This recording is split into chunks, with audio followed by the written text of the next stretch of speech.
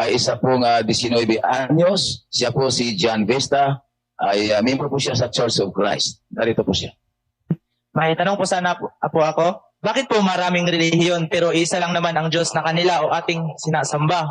Bakit hindi po sinabi ng Panginoon ang specific na iglesia o simbahan? Yan lang po. Alam mo kapatid, sinabi niya specific ang iglesia. Kaya lang ang mga tao, umimbento sila ng iglesia nila.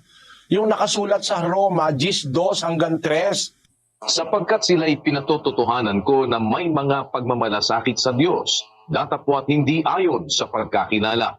Sapagkat sa hindi nila pagkaalam ng katwiran ng Diyos, at sa pagsusumakit na maitayo ang sariling kanila, ay hindi sila napasakop sa katwiran ng Diyos. Mga tao, nagtayo sila ng kanilang sarili. Nagtayo sila ng sarili kasi hindi nila alam yung katwiran ng Diyos. Basahin natin sa Cebuano yung 12. Ang sabi, kay ako nagapamatuod kanila na sila adunay kakugi alang sa Diyos. Apan dili sumala sa kahibalo. Kay sanglit wala nila hisayri ang pagkamatarong sa Diyos. Ug ginapaninguha nila ang pagtukod sa ilang kaugalingon, wala silang magpasakop sa pagkamatarong sa Diyos. Yan ang dahilan, kapatid. Nagtayo sila ng sarili nilang iglesia.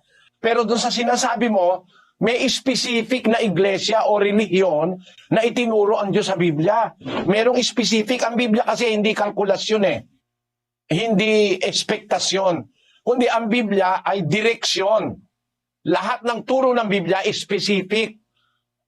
Sigurado. At tinama, ang nasa Biblia, 2 Korinto 1:1.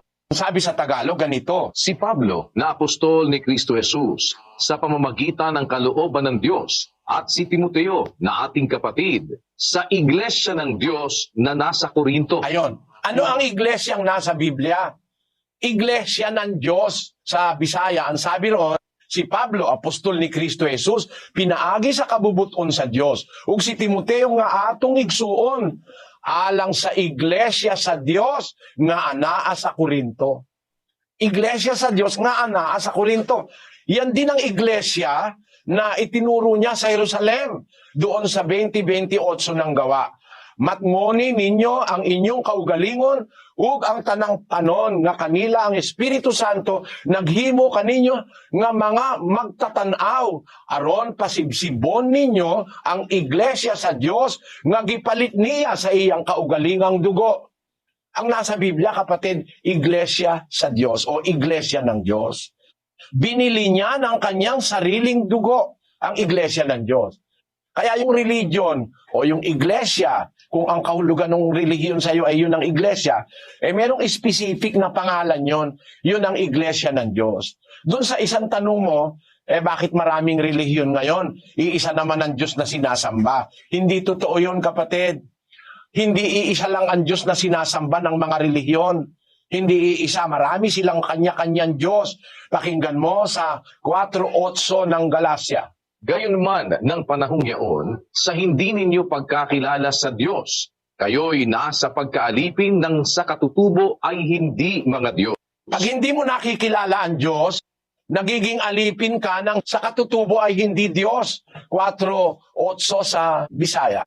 Apan, niadtong panahon na, sa wala pa kamo makaila sa Diyos, kamo mga ulipon nila, nga sa ilang kinaiya, dili mga Diyos. May mga relihiyon, ang Diyos nila, dili mga Diyos. Dili ang Diyos nga tinuod. No? Dili ang tinuod na Diyos ang kanilang Diyos. Halimbawa, yung Diyos ng Sabadista, sabi nila, bawal daw sa kanila kumain ng baboy. Yung Diyos ng Biblia, hindi naman bawal sa panahong Kristiyano kumain ng baboy. Paano pareho yon? Mag-isip ka. Hindi sila pareho. Iba-ibang iglesia, nag-imbento ng iba-ibang Diyos nila. Ang nangaral ng iba-ibang Diyos, yung mismong pastor. Kasi hindi niya alam yung tunay na Diyos sa Biblia, nangaral siya ng kanyang konsepto o ng kanyang sariling theology, nangaral siya ng sarili niyang Diyos. Kaya sabi ni Pablo sa mga taga-Galacia, nung panahong una, samantalang hindi niyo nakikilala ang Diyos, nasa pagkaalipin kayo ng sa katutubo ay hindi mga Diyos. Naintindihan mo, kapatid na John?